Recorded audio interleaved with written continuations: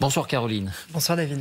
Alors, les coming out en série au gouvernement. Après Clément Beaune, il y a 2 ans, ce sont en quelques jours Olivier Dussopt, puis la secrétaire d'État chargée de la jeunesse et du service national, Sarah El Haïry, qui dévoilent leur homosexualité. Est-ce courageux? Est-ce utile? Est-ce inutile, Caroline? Alors d'abord David, il faut préciser que dans les visages que nous découvrons, non, tous n'ont pas fait leur coming out. C'est faux de le dire, c'est faux de l'écrire, on l'a vu beaucoup dans la presse. En fait, dans le cas par exemple de Gabriel Attal, que l'on voit, il n'a pas fait son coming out, il a été outé. C'est l'inverse du coming out. Les gens confondent souvent. Le coming out, c'est quand on sort de soi-même. On manque de bons termes en français, il faut le dire. Mais... Alors, on le traduit par sortie du placard. Sortir du placard, en fait, c'est juste effectivement dire son homosexualité. Le outing, c'est l'inverse. C'est quand quelqu'un révèle votre homosexualité alors que vous ne l'avez pas décidé de vous-même. C'est ce qui est arrivé à Gabriel Attal. Clément Beaune a fait son coming out, effectivement. Olivier Dussopt a fait son coming out. Franck Riester aussi, il me semble. Mais Sarah El Haïry, et c'était tout récent, c'est la presse qui a révélé, c'est la presse qui a fait, en fait, d'une interview qui n'était pas du tout ni sur sa vie privée, ni sur sa vie familiale, un titre qui laisse penser qu'elle a fait son coming out. En réalité, vous découvrez cette interview de Forbes.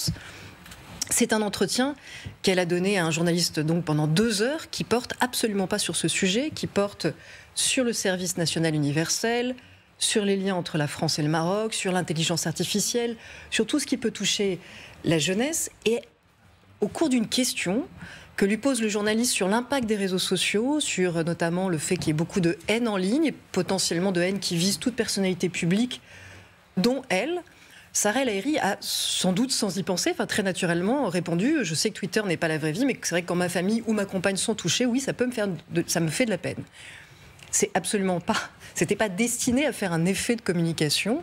Et elle a été apparemment la première surprise à découvrir ce titre, le coming out discret de la secrétaire d'État à la jeunesse. Parce qu'en plus, dans son esprit, elle ne cache rien. Elle a juste raconté, elle a juste répondu à une question. Il faut savoir que, de toute façon, tout ça est très transparent, puisque la haute autorité qui veille justement à la transparence de la vie publique avait déjà dans ses cartons le fait qu'elle vivait avec une femme, puisque la profession de sa compagne est indiquée. Et donc, voilà, pour cette ministre, en tout cas, c'était quelque chose de très transparent et très clair depuis très longtemps. Elle n'a pas voulu du tout faire un coming out. Mais c'est intéressant parce que ça nous renseigne quand même sur l'époque et sur le fait que, à la fois, c'est quelque chose qui est devenu assez banal, et en même temps, ça reste un objet politique dont on peut penser qu'il y a derrière un grand effet de manche, un grand effet de communication. Surtout quand on voit les réactions ici et là que l'on peut lire, on se dit... Alors, quelle réaction, justement? Parce qu'on peut considérer d'une certaine manière que c'est passé relativement inaperçu. En même temps, comme dirait quelqu'un, ces informations ont suscité aussi, pour les intéressés, des réactions parfois difficiles à encaisser. Oui, ça reste... ça a été dans les 2 sens. Ça ne reste pas anodin pour la personne qui se voit ainsi, du coup, exposée. Et si on compare avec un des coming out les plus retentissants qu'on ait connu en France, c'était il y a 25 ans, c'était l'un des premiers, c'était celui de Bertrand Delanoë. On se souvient, on était en 1998, au moment du débat du Pacs. Bertrand Delanoë, d'ailleurs, s'apprêtait à être candidat à la mairie de Paris. Donc, à la fois, il avait fait un geste qui était intelligent politiquement, mais en même temps très, très, très courageux pour l'époque. C'était à l'époque dans Zone Interdite, où il avait annoncé et dit son homosexualité. Et à l'époque, je militais pour le Pacs. J'étais à la fois présidente du Centre Gay Lesbien et journaliste à Tétu. Je me souviens de l'impact que ça a eu, à quel point ça nous a aidés. Vous l'aviez interviewé sur ce sujet juste exactement, après. Parce qu'ensuite, il avait donné un entretien au journal Tétu. Mais ça nous avait énormément aidés dans ce combat pour humaniser, incarner ceux qui allaient être concernés par l'avancée de l'égalité des droits. C'était gonflé, c'était courageux. Oui, c'était très courageux de la part de Bertrand Delanoë. Aujourd'hui, évidemment que ça demande moins de courage, mais vous allez voir que ça ne reste quand même pas que c'est plus... Les réactions sont beaucoup plus apaisées, c'est beaucoup plus banalisé, tant mieux, ça fait quand même 25 ans qu'on y travaille, ça veut dire que les mentalités progressent, mais ça ne passe pas quand même de façon totalement anodine. Par exemple, si un autre ministre, homme, avait dit au détour d'une phrase « Bah oui, quand je vois que la haine en ligne, ça fait que moi je suis habitué, parce que je fais de la politique, je l'ai choisi, mais ma compagne ne l'a pas choisi, et quand ça la touche, ça peut me toucher », il n'y aurait pas eu une seule manchette, pas une seule réaction sur Twitter. Or, quand même, sur Sarah El Haïry, on peut lire des choses assez étonnantes. Alors, on a des tweets qui disent, par exemple, on s'en tape de comment tu prends ton pied. Notre problème à nous, c'est cette réforme des retraites que le gouvernement doit retirer. Alors, on comprend bien qu'on est dans un moment d'opposition très forte au gouvernement, mais on s'en tape de savoir comment tu prends ton pied. Là, la personne a un petit souci. C'est que, si vous voulez, quand on dit je veux pas que la haine en ligne touche ma compagne, on parle pas du tout de sexualité, en fait. On n'est pas du tout en train de parler de soi de façon excessive ni sexuelle. On parle juste de sa famille, en réalité. Donc, là encore, il y a un deux poids deux mesures dans la façon de considérer ce genre de déclaration quand ça vient d'un hétérosexuel et quand ça vient de quelqu'un qui est homosexuel. On a Bruno Julien, un ancien candidat de Reconquête, qui lui nous dit que cette ministre fasse son coming out, grand bien lui fasse. Bon, encore une fois, elle n'a pas fait son coming out, mais le problème n'est pas tant... n'est pas là. Je m'interroge en revanche sur le nombre d'homosexuels dans le gouvernement de Micron. Vous noterez la façon de prononcer le nom du président déformé qui est censé évoquer une des variantes du coronavirus. C'est très fin de la part de quelqu'un qui a prétendu être député de la nation. Mais ça commence à faire vraiment beaucoup. Donc, on n'est pas très surpris. C'est quelqu'un qui appartient au mouvement Reconquête. Donc, c'est un mouvement qui, pour le coup, regarde les gens en fonction de leur identité, de leur couleur de peau, de leur religion, de leur orientation sexuelle. Donc on n'est pas étonné que, très exactement comme des fois les woke qu'ils dénoncent, ils comptent le nombre d'homosexuels ou le nombre d'hétérosexuels dans un gouvernement, ce qui est quand même une démarche très particulière. Parce que la réalité, c'est ce qu'on veut savoir, c'est si les ministres sont compétents ou pas, talentueux ou pas. Pas chez Reconquête. La question qu'on a envie de vous poser, c'est, on a bien compris ce que vous dites sur Sarah El Haïry. D'une certaine manière, ça n'était pas volontaire. Au détour d'une phrase, elle le signale comme quelqu'un aurait pu le signaler pour son compagnon ou sa compagne hétérosexuelle.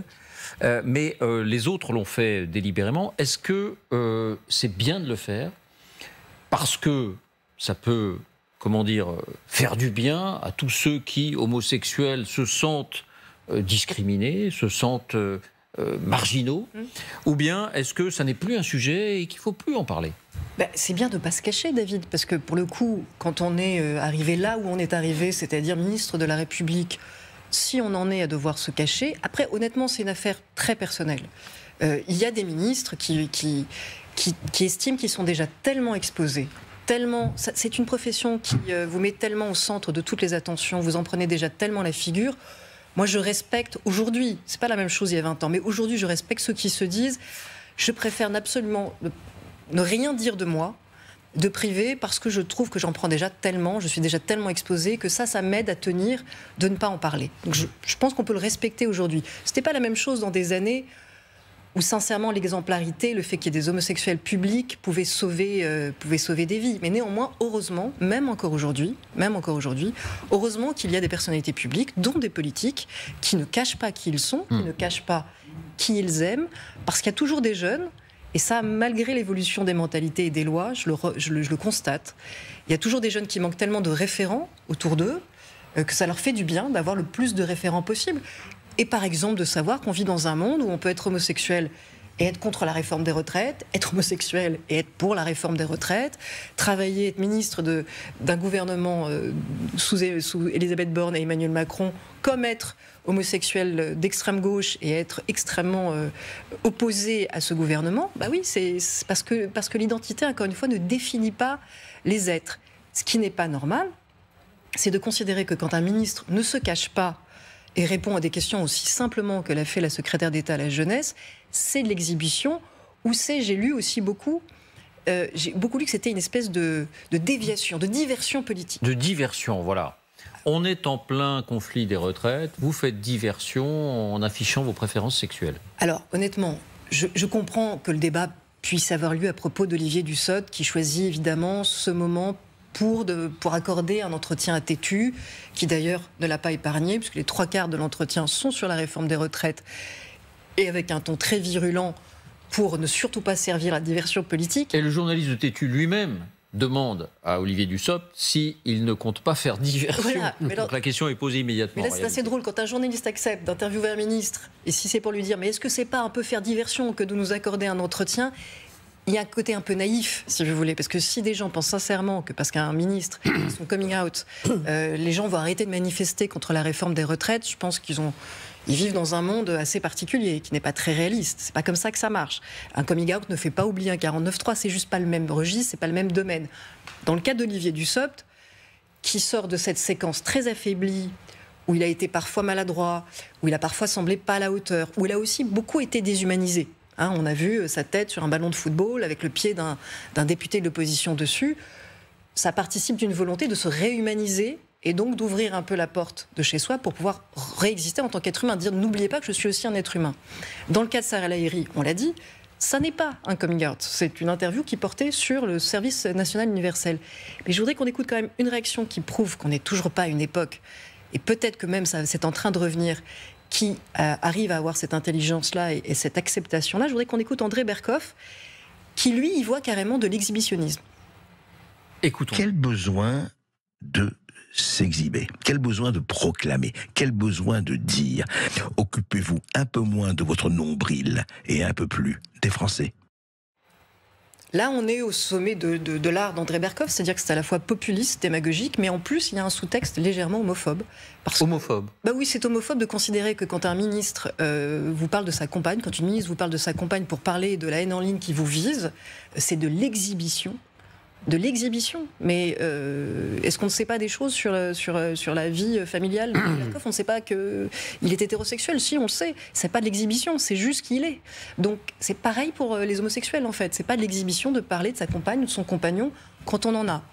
Donc là encore. Oui, une les fois, photos dans Paris Match en couple ou en famille, ça date pas d'aujourd'hui. Oui, mais alors à ce moment-là, on peut parler d'exhibition pour tout le monde. Non, mais c'est ce que je dis. Si des politiques montrent leur compagnon ou leur compagne, on peut estimer que c'est l'exhibition. Quand on ne l'estime que lorsqu'il s'agit de ministres homosexuels, ça raconte quelque chose. Ça raconte une divergence dans le regard, une non-mise à égalité de toutes les sexualités, de toutes les identités.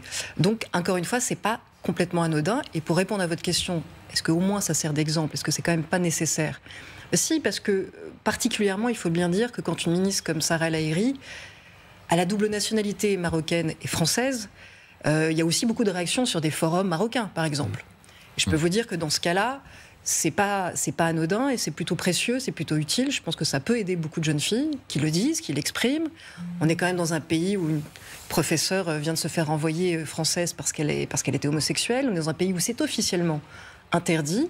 Donc une ministre franco-marocaine, justement, en face quelque chose d'aussi anodin, ni un événement, ni quelque chose qui se cache, bien sûr que ça a valeur d'exemple et que ça ne peut qu'être positif et aider, à condition, encore une fois, de pas le réduire à ce que ça n'est pas. Un effet d'annonce, une exhibition, tout ça c'est dans le regard de l'autre. Et donc ce regard de l'autre doit encore continuer à cheminer. Vos questions, vos réflexions, vous n'êtes pas obligé de réagir, c'est comme vous le souhaitez ou... Non, moi je suis confirmé dans l'admiration pour le courage et le sens des nuances de Caroline. Vous avez bien fait de venir, Caroline. Et je le dis très sincèrement. Merci, voilà. Dominique. Isabelle? Non? Antoine? Bon. Eh bien, non, mais ici, la parole est libre. Vous venez parler précisément de la guerre en Ukraine. Vous n'êtes pas du tout forcé de réagir sur tous les sujets. Merci beaucoup, Caroline. Ceci dit, un coming out d'une ministre russe, ça serait vraiment... Là, on peut attendre. Hein. Merci, Caroline. Et à mardi prochain.